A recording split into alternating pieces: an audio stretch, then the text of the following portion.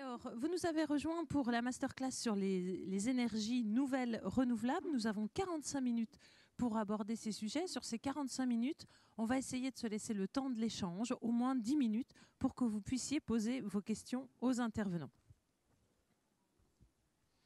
Alors, il s'agit aujourd'hui de regarder comment répondre aux enjeux colossaux de rénovation énergétique des bâtiments publics. Je ne vous apprends rien, on reviendra sur les chiffres, mais la tâche est grande. Donc, comment répondre à ces enjeux de rénovation énergétique tout en, nous allons le voir, parfois en utilisant des processus qui sont eux-mêmes créateurs d'énergie renouvelable. Alors ça, ce sera un des points sur lesquels nous allons revenir avec notre invité. Puis dans un second temps, on regardera justement comment avoir une approche très fine, un maillage très fin dans ces problématiques de rénovation des bâtiments publics, en allant au plus proche des communes, des bâtis qui sont parfois de très faible surface. Grâce à un partenariat innovant, ce sera l'objet de notre second temps d'intervention. Alors, j'ai à mes côtés Hubert Briand, qui est également le pilote de cette masterclass. C'est lui qui a concocté le contenu que nous allons partager avec vous. Et il a invité pour cet après-midi donc Eric Scotto. Eric Scotto, vous êtes président et cofondateur d'Acuo Énergie. Soyez le bienvenu. À vos côtés, Guillaume Perrin, vous êtes chef du service transition énergétique au sein de la FNCCR. Voilà, c'est 2 CR. FNCCR, plus simplement, la Fédération nationale des collectivités concédantes et régies. Et nous reviendrons sur le partenariat que vous nouez avec la Banque des Territoires. Alors, avant d'entrer dans ces sujets, Hubert Briand, j'aimerais que nous revenions à la fois sur la situation actuelle en termes de besoins, en termes de rénovation énergétique des bâtiments publics, et puis que vous nous expliquiez bien plus simplement comment la Banque des Territoires intervient dans ces enjeux de rénovation, quelle est ses missions, quel est son rôle et quelles sont les solutions. Je vous laisse la parole. Vous avez un micro? Non, mais je vous entre. Bonjour à tout le monde. Alors,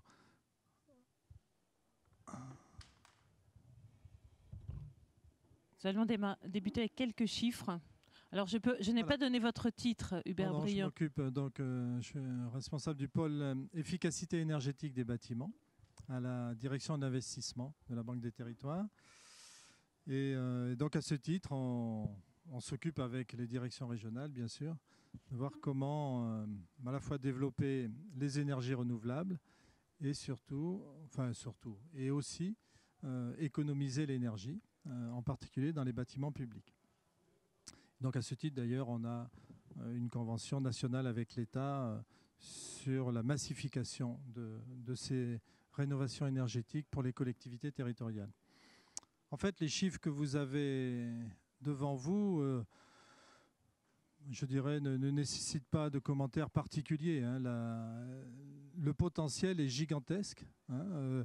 Si vous voulez, les masses, à la limite, ne veulent plus trop rien dire, tellement on parle de millions de mètres carrés. Et encore là, je ne parle que des mètres carrés de tertiaire public. Hein. Je ne parle même pas du tertiaire privé, puisqu'il n'y a pas les centres commerciaux, etc. Hein. Donc, le tertiaire public, y compris avec l'État, c'est 350 millions de mètres carrés. Le tertiaire, les bâtiments des collectivités territoriales, c'est 280 millions de mètres carrés. Et presque la moitié sont des bâtiments éducatifs, hein, collèges, lycées, écoles.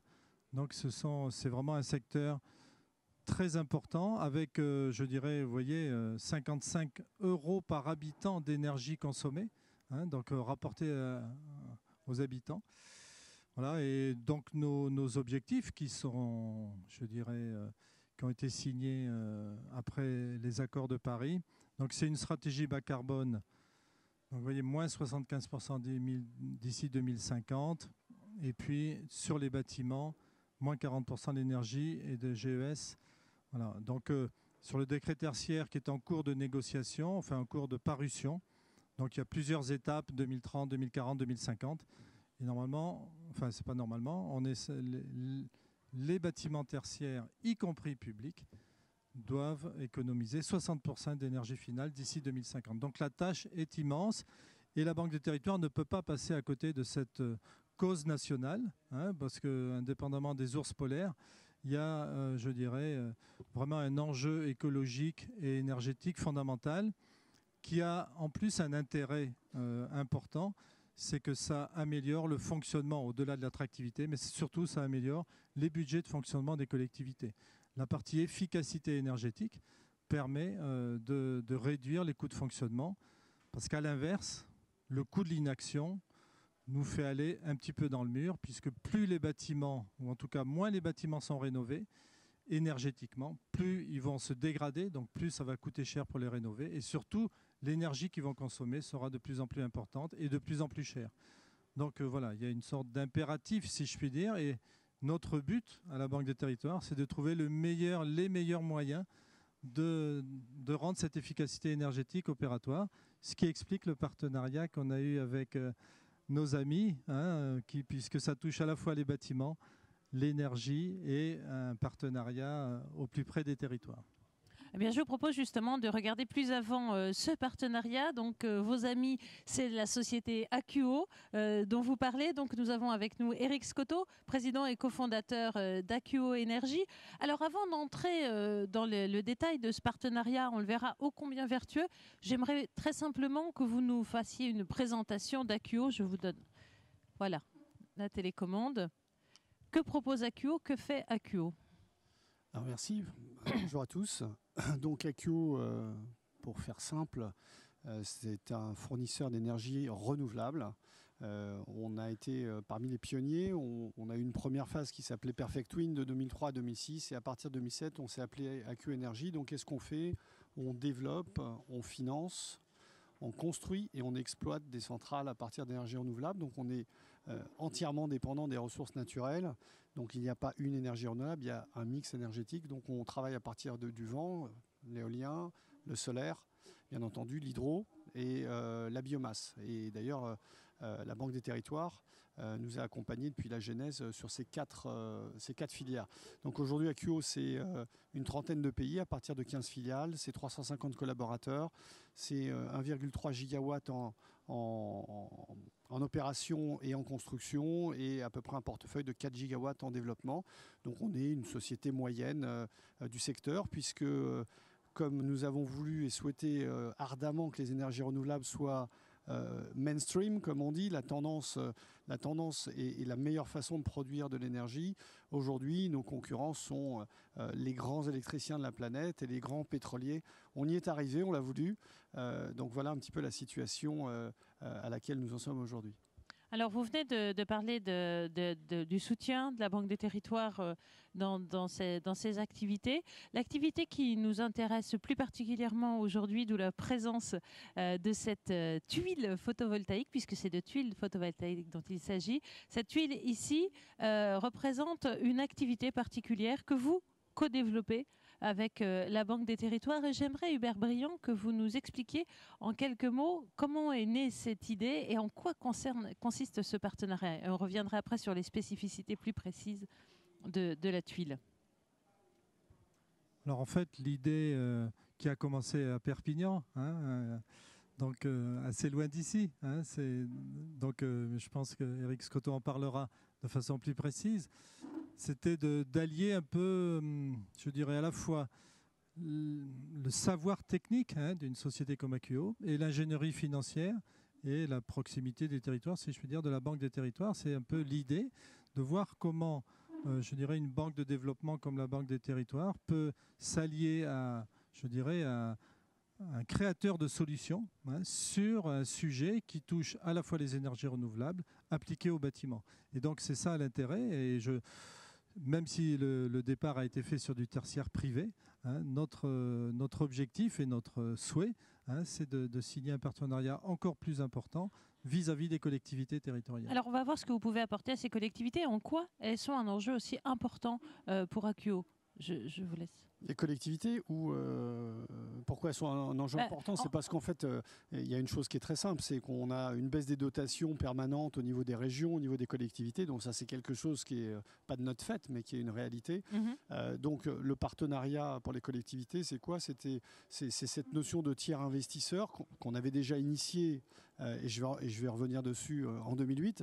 C'est pas quelque chose de nouveau. J'ai le regret de vous dire que c'est une innovation qui a 10 ans.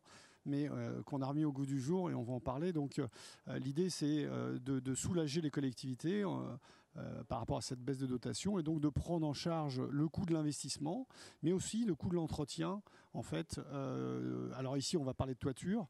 Donc on finance la toiture, on l'entretient pendant une 30aine d'années, donc on décharge la collectivité à la fois de l'investissement et des coûts d'exploitation de cette toiture. On est un petit peu à l'ère, et je pense que vous en êtes rendu compte, à l'ère de l'utilisation. On voit qu'avec la nouvelle génération, posséder n'est plus forcément la panacée du modèle, mais utiliser est ce dont on a besoin. Donc c'est vrai que psychologiquement, je ne possède plus ma toiture, je l'utilise, mais pourquoi pas, pourquoi finalement ce qui est important, c'est d'être couvert, d'avoir cette notion d'étanchéité et surtout de rendre ce service à la collectivité, au bien commun, de pouvoir produire de l'énergie à partir de ces toitures. Donc le partenariat, il a commencé en 2008. C'est la photo que vous voyez là. C'est le marché de Saint-Charles. Marché de Saint-Charles, effectivement, c'est à Perpignan. À Perpignan, le centre du monde, à côté de la gare de Perpignan. Monsieur Daly l'avait bien senti. Donc ce qu'il faut que vous imaginiez, c'est qu'en 2007, c'était une toiture en fibrociment. Et l'idée qui avait germé déjà dans notre esprit à l'époque, c'est que la ressource la plus disponible sur cette planète, c'est le soleil. Et donc, on s'était dit, donc, utilisons toutes ces toitures, tous ces espaces perdus pour pouvoir produire de l'énergie. Simplement, nous, on avait une conviction chevillée au corps dès 2008, qui était de dire, on ne pourra pas surimposer des panneaux sur des toitures. Pourquoi ? Parce que ce n'est pas forcément ce qu'il y a de plus esthétique. Et forcément, si on multiplie l'installation de panneaux, la notion d'esthétisme est fondamentale pour nous, dans le cadre d'une rénovation, mais aussi pour les architectes et pour tout ce qu'on pourrait imaginer comme bâtiment de demain. Ce bâtiment doit rendre deux services. Ce produit, doit rendre deux services. Il doit protéger des éléments le bâtiment, mais il doit aussi produire de l'énergie, c'est impératif. Donc notre idée à l'époque, c'était de dire créons une tuile solaire. Il n'y a eu que des gens assez fous comme à l'époque la Caisse des dépôts, Banque des territoires aujourd'hui pour nous suivre. Mais ce challenge, on l'a relevé à l'époque et on a installé 84 000 m² à l'époque, 68 000 m², pardon, vous voyez, de toiture. C'est déjà beaucoup. Oui, ça faisait 8,8, presque 9 MW, c'est 15% de la production, de la consommation annuelle de la ville de Perpignan. Donc là, ça veut dire, ça c'est un élément important, vous dites ça comme ça, mais 15% de la consommation de la population est couverte, oui, sans mauvais jeu de mots, oui, par cette huile. Voilà, mais nous sommes en 2008, il faut se remettre dans le contexte. On estime, nous, avec la Caisse, qu'on a fait le job et on fait inaugurer ce projet par la ministre de l'Environnement de l'époque, Nathalie Cochot-Morizet. Et on se dit, c'est génial, c'est parti. Et puis, badaboum. 2011. Le moratoire solaire. Donc, on remet les pendules à l'heure au niveau des tarifs d'achat et un changement de cadre qui fait que cette belle invention française qui s'appelait l'intégré au bâti, le BIPV, ce gel disparaît pendant pas mal d'années. Pourquoi ? Pour que, en fait, finalement, un nouveau cadre apparaisse avec des appels d'offres. Donc nous avons été contraints de cesser la fabrication de cette tuile et d'attendre qu'il y ait un nouveau mécanisme qui se mette en place. Plus particulièrement, ce que l'on a fait, on a continué la recherche et développement, on a fait des petits projets et surtout, on a fait évoluer le produit.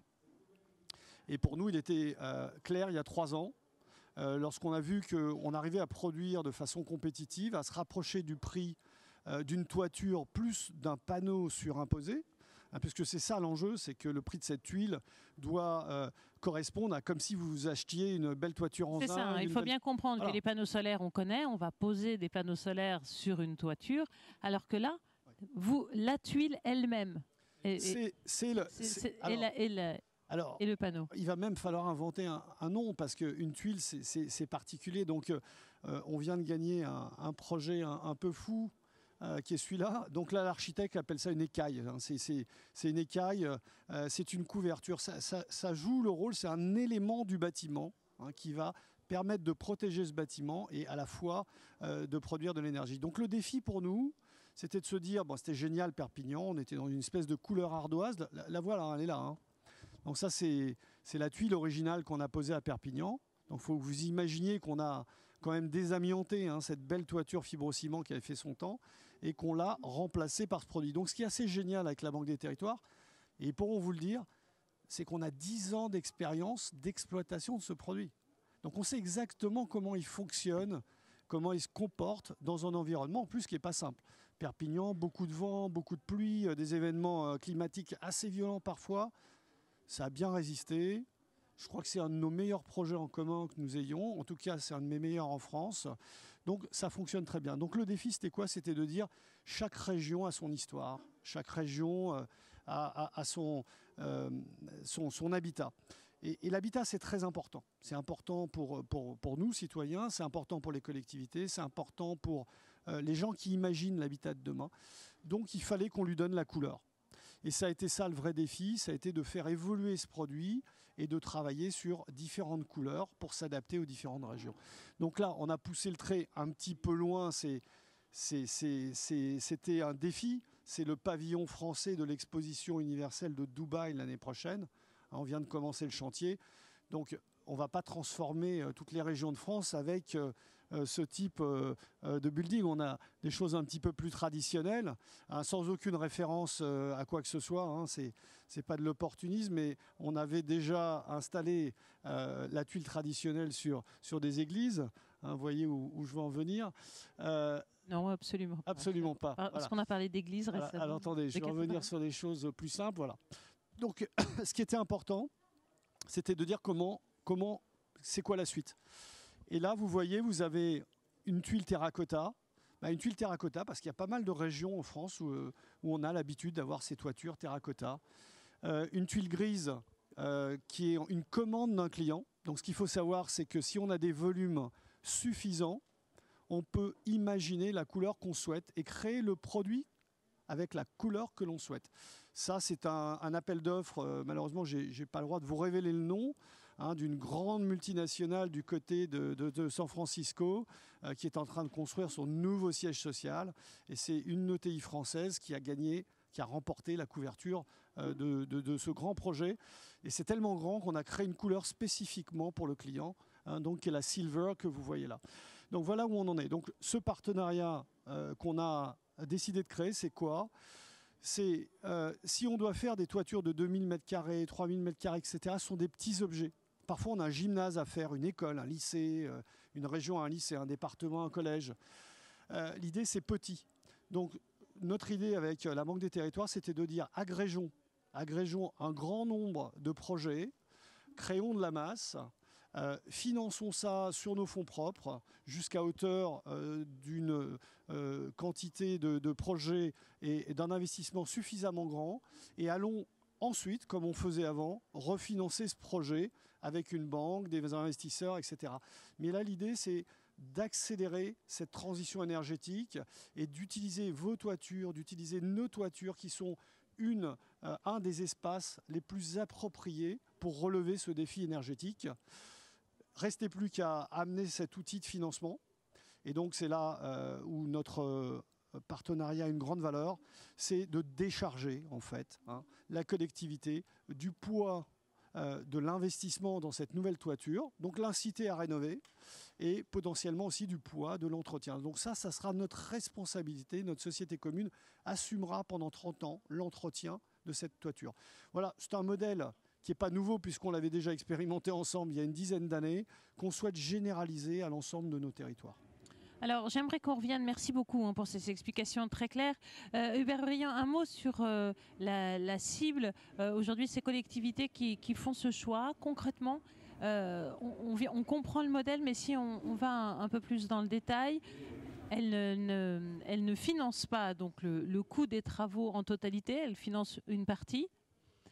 Oui, enfin, a priori, une grande partie. Grande partie. Enfin, on est en train, donc au niveau technique, donc les décisions, bien sûr, ont été prises sur le principe. Maintenant, nous sommes en phase de modélisation, comme on dit dans notre jargon, en train de mettre au point le modèle économique. L'offre n'est pas encore sur les étagères. Pas encore sur l'étagère, normalement. Septembre. Voilà, à la rentrée, normalement, elle devrait être sur étagère. L'idée, c'est que, comme vous le savez, la Banque de Territoire est en relation avec la plupart des collectivités territoriales, que nous sommes Nous avons, comme je disais tout à l'heure, donc une mission nationale pour accélérer la rénovation énergétique des bâtiments, y compris sur le volet énergie renouvelable, puisqu'en fait, on est percuté par le dossier aussi de l'autoconsommation, qui vient d'être inscrit dans une loi prochaine, si je puis dire. Donc, si vous voulez, le mix rénovation, c'est-à-dire travaux de rénovation dont on parlera tout à l'heure, avec la production d'énergie, devient quelque chose qui est vraiment au centre du débat.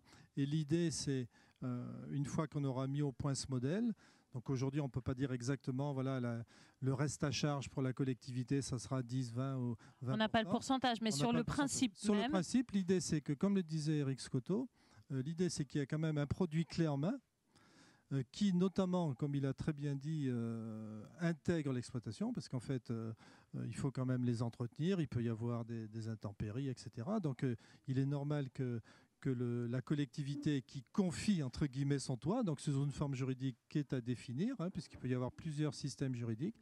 Donc, l'idée, c'est que la société qui va exploiter le toit, la production d'énergie par ce toit et par cette huile, donc, va ensuite rendre un service à la collectivité sur l'investissement en grande partie prise en charge par cette société. Voilà un peu le modèle. Et donc, je finance, entre guillemets, la rénovation du toit de mon gymnase, de mes grandes surfaces, etc., où je baisse sensiblement le coût d'investissement en permettant d'exploiter l'énergie renouvelable produite sur le même bâtiment. C'est ce modèle-là. Oui, c'est ce modèle. En synthèse. Bon, après, effectivement, on ne va pas aller sur n'importe quel type de bâtiment. Il s'agit quand même d'optimiser la production. Donc, il faut de la pente, il faut un petit peu de pente. Une toiture plate, l'exposition sera rédhibitoire dans l'état actuel des choses. Voilà. Et puis après, il y a aussi, il faut être très attentif sur le poids, sur la structure. Donc, c'est pas pour tous les bâtiments. Il y a quand même un minimum de contraintes. Il y a une étude systématique de voir si la structure supporte la charge. Après, parfois, c'est tellement cher de renforcer des structures qu'il n'y a pas de réalité économique à faire les choses. On n'est pas là pour pousser les gens à la consommation, que les choses soient claires. On est là pour faire des choses qui soient durables, pérennes, sur le très long terme et qui ne coûtent pas à la collectivité. Parfois, il y a des fausses bonnes idées. On croit que c'est rentable de faire ça, que c'est utile, mais c'est de l'image. On n'est pas là, nous, ensemble, pour faire de l'image. On est là pour rendre un service à la collectivité et permettre de maximiser la production d'énergie renouvelable sur l'ensemble des territoires où on intervient. Avec cette idée innovante de créer un toit qui produisent de l'énergie et non pas de rajouter des panneaux sur un toit. Voilà, un toit ou une peau. Il y a des architectes qui appellent ça la peau du bâtiment maintenant. Alors la peau, oui, l'écaille, on est dans cette idée de... Je ne sais pas si Notre-Dame aura un toit en tuile solaire. Alors écoutez, je vais être franc avec vous, je vous tendais la perche tout à l'heure, mais bon, vous la prenez. Moi, je n'ai pas osé la prendre, moi, j'attendais qu'Hubert réagisse. Juste pour information, je suis historien, donc j'ai une maîtrise d'histoire à la Sorbonne et je voulais être prof d'histoire. Donc ça ne m'a même pas effleuré une demi-seconde après l'incendie, de mettre nos tuiles dessus. Simplement, 24 heures plus tard, on était tellement assaillis par l'ensemble des architectes de propositions pour pouvoir installer nos tuiles sur Notre-Dame qu'on a été obligé de faire des simulations, etc. Effectivement, ça se voit à peine. Si on remplaçait à l'identique la partie toiture zinc, puisqu'on a cette couleur-là, on a fait des simulations que je n'ai pas osé vous montrer ici, puisque les architectes travaillent dessus, qui font qu'on est au plus proche de la réalité historique, mais avec cette fonctionnalité de notre siècle. Ça serait encore plus éloquent, si je puis dire, qu'une multinationale à San Francisco. Tout à fait. Tout à fait. Il y en a d'autres. Dans notre cœur, oui. Alors là, ce dont nous parlons venons d'évoquer Notre-Dame. D'une manière plus générale, nous parlons quand même de bâtis publics de très grande taille. Dans les chiffres que vous montriez tout à l'heure, Hubert Briand, parmi ces chiffres, il y a les écoles des petits villages, il y a les salles des fêtes, il y a beaucoup de plus petites surfaces. Or, ces surfaces-là ne sont pas exclues de cette politique de rénovation énergétique, ne sont pas exclues non plus de cette volonté d'économiser de réduire la consommation d'énergie et de respecter les engagements pour 2050. Et pour cela, eh bien, vous avez une idée. Alors, je me tourne vers vous, Guillaume Perrin, de la FNCCR. Vous avez vous avez mis en place un partenariat avec la Banque des Territoires, un partenariat aussi, j'ai envie de dire, très malin, puisque vous allez nous l'expliquer, vous avez un atout énorme, c'est que vous êtes implanté très très largement en France. Alors pour comprendre les choses, peut-être qu'on peut commencer par une présentation rapide de la FNCCR.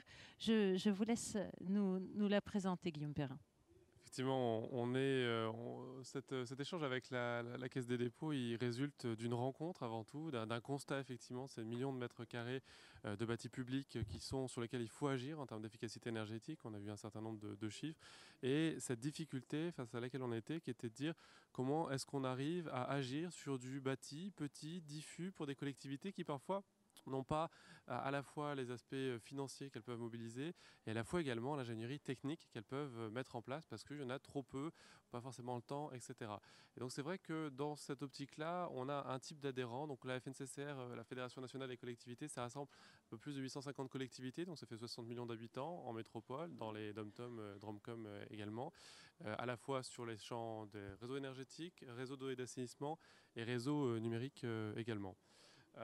On est sur une dynamique effectivement d'accompagner les collectivités, de les fédérer et de les rapprocher, merci, et de se dire, merci, à la fois sur de l'urbain, il y a quand même pas mal d'outils d'ingénierie qui sont mis en place, mais en revanche, sur le rural, il y a des difficultés à créer ses propres outils. Il y a un type de collectivité qu'on aime beaucoup, que sont les syndicats d'énergie à cet effet-là. On a un ensemble de petites collectivités qui ou bien n'ont pas le temps, trouvent ça trop compliqué, sont trop petites en termes de masse. Ils savent peut-être même pas par où commencer, parce Exactement. que quand vous dites qu'on n'a pas les capacités en ingénierie, qu'on n'a pas la connaissance technique, on raisonne en termes de coûts, de priorité, et on le sait, si la situation en est là où elle en est aujourd'hui, c'est que ces rénovations n'étaient pas considérées comme prioritaires précédemment. Il y a beaucoup à gérer quand vous êtes sur une petite collectivité. Voilà. Il y a énormément de priorités, notamment des priorités qui sont directement visibles des citoyens.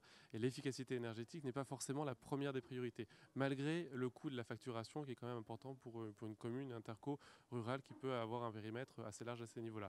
Donc on s'est dit, comment est-ce qu'on arrive à mutualiser, rassembler à ces niveaux-là? Il y a déjà des outils vraiment intercommunaux qui existent, que sont les syndicats d'énergie. Alors un syndicat d'énergie, ça permet effectivement cette logique de rassembler cette maille critique technico-économique, de se dire on va rassembler toutes les différentes volontés individuelles pour les mettre dans un outil collectif et accompagner la réalisation sur les territoires. Alors, un syndicat d'énergie, en quelques mots, c'est les anciens syndicats d'électrification, d'électricité qu'on avait sur le territoire depuis presque un siècle maintenant, qui ont œuvré et travaillé au développement du réseau électrique en particulier, qui sont développés sur les réseaux gaz, sur les réseaux numériques, sur l'ensemble après des énergies renouvelables qu'on raccroche sur les différents réseaux, et puis une dynamique également de valorisation des certificats d'économie d'énergie, on en parlera peut-être un petit peu après, et des politiques de maîtrise de l'énergie et déploiement également des réseaux justement de déplacement, la mobilité propre, qui est aussi un enjeu pour l'ensemble des territoires, parcs urbains, mais également ruraux. Et c'est dans ce cadre-là qu'on a eu cette rencontre avec la Caisse en se disant on est d'accord sur l'enjeu, on est d'accord sur effectivement il y a quelque chose à adresser à ce niveau-là. On a des outils potentiellement au niveau de la Caisse qu'on pourrait utiliser sur les territoires. Comment est-ce qu'on arrive à massifier? Comment est-ce qu'on arrive à avoir un type de collectivité qui couvre un spectre assez large, qui permette de justement unir ses volontés et vraiment agir sur le terrain? Oui, on parlait de ce maillage fin, hein, c'est tout le problématique.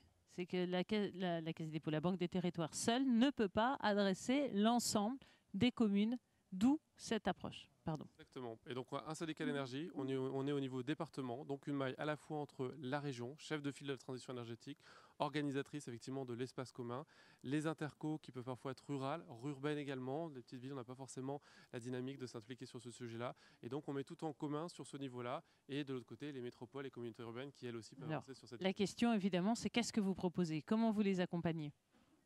Oui, en fait, on a donc après discussion, si je puis dire, et meilleure connaissance des syndicats d'énergie qu'on ne connaissait pas trop sous cet angle-là, sur cet angle ingénierie bâtiment, vis-à-vis de leurs collectivités membres, enfin membres des syndicats d'énergie. En fait, on a signé une convention au Congrès des maires de l'année dernière, au Salon des maires, qui consiste en fait à voir comment, ce qu'expliquait Guillaume, comment les syndicats peuvent être au service des communes, notamment petites. Et donc il y a deux événements qui ont déclenché un peu l'affaire, si je puis dire. C'est d'une part le fait qu'on a découvert un réseau qu'on ne connaissait pas plus que ça, qui s'appelle les conseillers en énergie partagée, beaucoup sont dans les intercommunalités ou les syndicats d'énergie, qui en fait font le tour des petites communes rurales pour surveiller les installations de chauffage, les installations thermiques diverses et variées, et qui en fait aide et qui gère cette mutualisation de conseils vis-à-vis des petites communes. Mais ça, Guillaume pourra le préciser exactement ce que c'est qu'un CEP. Et donc cette idée de mutualisation déjà nous avait semblé intéressante. Et puis surtout, il y a un certain nombre de syndicats, notamment en Ile-de-France, lors d'une conférence, qui nous ont expliqué comment ils mutualisaient les certificats d'économie d'énergie pour le compte de leurs adhérents. Alors c'est important, si on parle des certificats d'économie d'énergie, il faut savoir que ces certificats d'économie d'énergie donnent droit à de l'argent. À de l'argent, alors une forme de subvention, et on sait que le nerf de la guerre dans ces problématiques de rénovation, c'est effectivement l'argent. D'où le besoin d'avoir davantage de certificats. Et donc, si vous voulez, on a... Oui, alors il y avait ça, mais le déclencheur, c'était plutôt le process. Cette idée de mutualisation, notamment pour les petites communes. C'est ça qui a déclenché. Et après, comment on fait pour aider les syndicats? On aimerait bien le savoir. Il nous reste quelques minutes pour le comprendre. Alors, concrètement... Comme vous le savez, pour les communes rurales notamment, qu'est-ce qu'il leur reste? L'église, l'hôtel de ville et l'école. Donc les écoles notamment restent de la compétence des communes. Et elles n'ont pas les moyens, comme il disait, d'entretenir ça. Donc, alors faisons un cas fictif. Je suis maire d'une petite commune, je dois rénover le toit de mon école. Voilà. Donc l'idée, c'est que je demande un coup de main ingénierie à mon syndicat d'énergie, parce que la direction régionale Banque des Territoires ne saura pas faire. Donc elle demande au syndicat d'énergie. Ça appuie sur l'ACET souvent, mais elle ne peut pas le faire partout. Oui, et puis même l'ACET ne peut pas aller sur des toutes petites communes. Tout à fait. L'idée, c'est que notamment la voisine a le même problème et la voisine encore a le même problème. Donc l'idée, c'est que le syndicat d'énergie mutualise ses études d'ingénierie parce que souvent, ils ont les mêmes chaudières, les mêmes problèmes d'étanchéité, etc. Et donc nous, on apporte, nous, Banque des Territoires, 50% de subventions, de crédits d'ingénierie au syndicat pour l'aider à faire ses études. Voilà.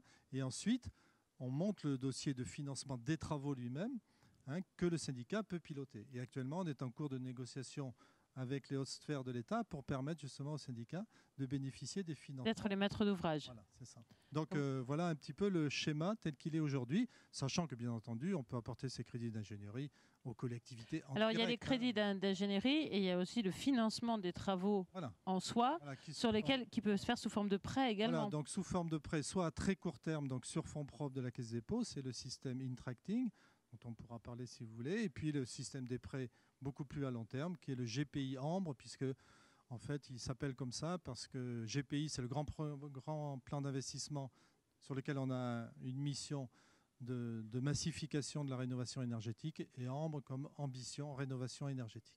C'est très joli. Voilà. En tout cas, très efficace. Donc, le GPI Ambre sur des prêts à plus long terme ou des prêts à court terme avec l'Intracting et le cofinancement de toute la partie amont ingénierie pour trouver les solutions les plus adaptées pour avoir la bonne démarche et s'inscrire dans du long terme avec de l'économie d'énergie et des économies tout court, d'où le titre que l'on avait donné à cette masterclass, économie et économie d'énergie, puisque c'est tout l'enjeu de ce que nous échangeons. Donc la suite prochainement.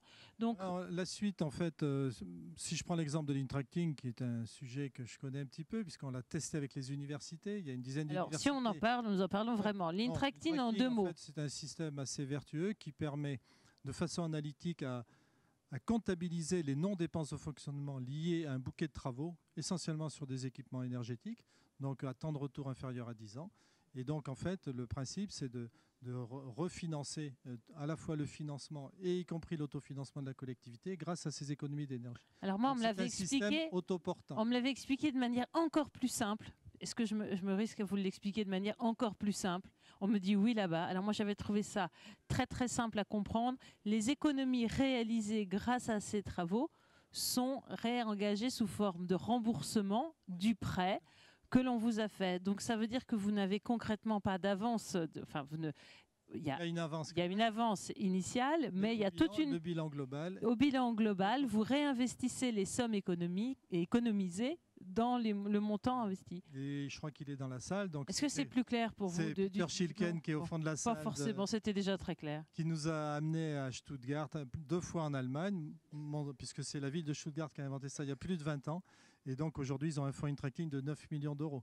Donc c'est pour Mais c'est une solution que vous utilisez très largement, puisque je l'ai entendu dans d'autres domaines, et qui permet justement à ces collectivités de passer le pas de travaux qui sans ces solutions-là de financement, Et elle n'aurait à pas... 16h, vous pouvez aller sur le stand de la Corse. On va signer la première convention Interacting avec la ville d'Ajaccio. Si j'ai terminé ici, je viendrai vous soutenir. Alors, plus sérieusement, je crois que nous avons fait le tour de ce partenariat. Merci pour vos efforts et pour la façon très claire dont vous avez partagé ces expériences-là. Est-ce que vous avez un mot pour conclure, Hubert Briand, avant que nous donnions la parole à notre public? Oui, non, je pense. Alors, vous avez la parole si vous avez des questions à l'attention d'Éric Scotto d'Accio Énergie ou de Monsieur Perrin de la FNCCR sur cette fédération d'énergie. C'est une nouvelle façon d'aborder la rénovation énergétique au sein des collectivités. Alors, évidemment, vous n'êtes obligé à rien. C'était plus une opportunité que je vous donnais peut-être de fouiller certains points de ce que nous avons partagé. Madame. Bonjour, une toute petite question technique. Les tuiles solaires, est-ce qu'on connaît leur degré de durabilité, si je peux dire? Alors, en fait, on les garantit. Nous, on va garantir de s'occuper de cette toiture pendant 30 ans. Voilà. Après, je vais être franc avec vous, c'est un biface vert. Ça peut durer plus longtemps. Il n'y a pas de souci. Simplement, il y a une cellule au milieu et il y a une perte de rendement qui est assez faible chaque année. Donc après, il faudra se poser la question sur le rôle de production d'énergie, si c'est encore rentable de la laisser continuer à produire ou s'il faut la changer avec une cellule plus puissante à ce moment-là. Néanmoins, le matériau, lui, peut durer beaucoup plus longtemps. Mais en tout cas, nous, l'idée, c'était aussi de ne pas contraindre les gens au-delà de 30 ans. C'est long, 30 ans. Donc c'est un chiffre qu'on a mis comme ça parce que nous, on est confiants sur la technicité du matériel, mais on ne voulait pas non plus... Alors on va affiner tout ça. Peut-être qu'il y a des collectivités qui nous demanderont 35. Je vais être franc avec vous, si une collectivité me demande 50, pour l'intérêt de ma société, je prends. Pourquoi? Parce que l'idée, c'est de promouvoir les énergies renouvelables sur le très long terme. Donc on serait ravis, mais l'idée, c'est aussi de trouver un juste milieu. Et 30 ans, c'est la durée de vie, je crois, plus ou moins vraisemblable d'une toiture classique. C'est pour ça qu'on s'est calé là-dessus, parce que ça parle aux gens. Voilà. Tout à fait. Merci, madame. Une autre question avant de clore cette session? Monsieur. Bonjour, merci pour votre présentation. Moi, j'habite en Provence. Du coup, vous appelez ça une tuile. Est-ce que vous avez pensé à des vraies tuiles provençales pour remplacer sur nos vieux Alors, il y a pas mal de gens qui y ont pensé. Ouais. Et après, la réponse que je vais vous faire, c'est que... alors, la Provence, on vous a créé spécifiquement la terracotta, spécifiquement pour la Provence et pour les demandes régionales qu'on a eues là-bas. Maintenant, il faut penser l'habitat de demain différemment. Il va falloir qu'on passe dans le nouveau siècle. C'est magnifique, les tuiles provençales, c'est absolument génial. Mais encore une fois, cet objet n'est pas une tuile provençale. C'est un objet, un élément du bâtiment qui va permettre de jouer le rôle que jouait la tuile. La couleur va rappeler la région où vous vous trouvez, mais elle doit impérativement produire de l'énergie et apporter un élément nouveau pour la collectivité et pour l'ensemble des besoins de cette planète. Donc il faut à un moment donné accepter que la physique, que les contraintes techniques un tout petit peu fassent évoluer notre inconscient collectif par rapport à l'habitat. L'habitat doit aller dans une optimisation en fait, de ces deux fonctions, la protection et la production. Donc si on commence à onduler, comme certains l'ont fait, eh ben, je vais vous donner un exemple. On a gagné un projet contre une petite société américaine qui s'appelle Tesla, qui ne nous a pas écoutés, puisqu'on lui a proposé de distribuer notre tuile, parce qu'on avait un tout petit peu d'expérience, et qui a voulu faire sa tuile toute petite, et qui en fait a perdu les appels d'offres contre nous. Pourquoi? Parce qu'après, il y a la question du coût, la question de la rentabilité du produit. Donc il était hors de question de revenir à une taille toute petite. Pourquoi? Parce que vous avez trop d'opérations à brancher ces tuiles. Il faut les connecter. Elles doivent produire, pas uniquement couvrir. Donc cette tuile que nous avions expérimentée ensemble en 2008, sur le marché aujourd'hui, est imbattable en termes de rapport qualité-prix et de rendu des deux fonctionnalités à laquelle on l'attend, puisqu'il n'y a qu'un câble et c'est assez facile à connecter. Donc il va falloir accepter, et on travaille beaucoup avec les bâtiments de France dans ce sens, dans votre région, sur des évolutions de mentalité qui sont absolument nécessaires pour l'intérêt collectif, tout simplement. Si Elsa est d'accord, ça serait bien de finir avec l'arbre de Guillaume. Et il va nous expliquer pourquoi. L'arbre, en fait, c'est la vision interacting en particulier nous permet d'agir sur des économies qui sont rentables, qui ont une rentabilité court terme et qui vont en fait avoir cet effet déclencheur d'aller chercher des autres économies. Comme le disaient Elsa et Hubert, on arrive à thésauriser le gain en économie d'énergie pour après passer à la marche suivante. L'image de l'arbre, c'est la suivante, donc un pommier en l'occurrence. Vous avez la vision globale de l'arbre, vous avez votre audit énergétique, vous connaissez la source des économies d'énergie sur votre bâtiment. Et l'idée est de se dire, grâce à l'intracting, on va aller chercher directement les pommes qui sont les plus accessibles. Donc on a juste à tendre le bras et on va les cueillir les unes à la suite des autres. Et c'est les économies qui sont directement rentables rapidement. Je vais aller les vendre sur le marché. Et grâce à cet argent-là, je vais m'acheter un escabeau pour aller chercher la suite des pommes, les économies un petit peu moins directement accessibles, un temps de retour un peu plus important. Il faut un petit investissement supplémentaire au départ, mais qui sont intéressantes. Je fais le même parcours, je vais au marché, je gagne un peu plus, je thésaurise, je peux m'acheter un plus grand escabeau. Et ainsi de suite, où on va pouvoir avoir, grâce à cette vision totale de l'arbre, donc pluriannuelle des économies d'énergie qu'on fait, la possibilité d'aller chercher toutes les économies d'énergie, y compris les moins rentables. Plutôt que de se dire dès le départ, il y en a partout, commençons par une rénovation globale, sinon rien. Parce que l'histoire de l'efficacité énergétique en France nous a prouvé que la rénovation totale, globale, c'est quand même très compliqué à mettre en œuvre pour plein de raisons, économiques évidemment, parce qu'on a besoin d'avoir un temps de retour sur investissement, une visibilité des flux, et puis parce qu'effectivement, il y a toute une organisation et un passage à l'acte qui est assez complexe. Alors qu'en arrivant, étape par étape, encore une fois, dans une vision globale et grâce justement à cet expert porté notamment par le syndicat d'énergie, porté par d'autres types de collectivités comme communauté urbaine, métropole ou autres, qu'on appelle économes de flux, donc des CEP qui vont conseiller l'énergie partagée, qui vont faire cette sensibilisation, cette réception de travaux, ce suivi dans le temps des économies effectivement générées, cette thésaurisation pour les économies suivantes, on permet de boucler dans un cercle vertueux pour avoir cette totalité du gisement et cette totalité de l'arbre et des pommes qu'on peut partager. Et je crois que c'est une démonstration qui s'applaudit. Merci beaucoup, Guillaume Perrin, pour cette très belle démonstration. C'était le mot de la fin pour vous également, Hubert Briand. Merci à toutes et à tous de votre attention. Merci à Eric Scotto et Guillaume Perrin de nous avoir fait le plaisir de leur présence. Très bel après-midi à vous, très bel événement pour le Printemps des Territoires. Au revoir.